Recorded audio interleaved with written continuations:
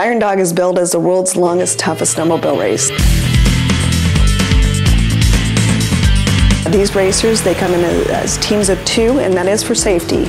They're out in the most remote areas of Alaska, crossing the toughest terrain, the Alaska Range, going into the flatlands of Alaska, out to the coast, and then back on the river system to Fairbanks.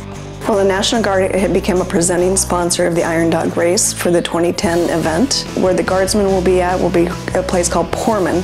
There's absolutely nobody there until the Iron Dog comes in, and they stay in tents. We bring in volunteers. Of course, they have to bring in gear and food for the days that they're there. And when racers and race participants come through, they provide them the fuel and oil, and of course, a little warm-up spot for them to get to the next checkpoint. Checkpoints are anywhere from 80 to 100 miles apart. My name is Elaine Jackson. My riding partner is Rick Fleming, Team 42. I was approached last fall about the possibility of riding for the National Guard in the rec class. Of course, I jumped on it. We moved to Alaska here in '96. After so many years of watching other people ride snow machines and saying, man, that looks cool, I broke down and bought a used snow machine a few years ago. I got hooked on it and started doing some serious riding and training for some long-distance racing. It's a great opportunity to be able to do what we're doing for the Guard.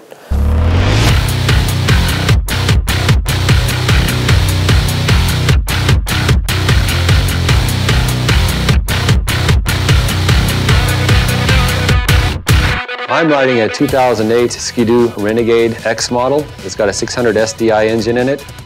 I've taken it up over 100 miles an hour before on ice roads out on Big Lake. It's a fast machine. It will do really well.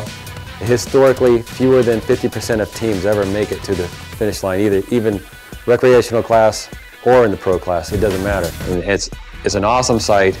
When I'm cutting across a lake at 100 miles an hour, I look at my shoulder and she's right there with me the whole time.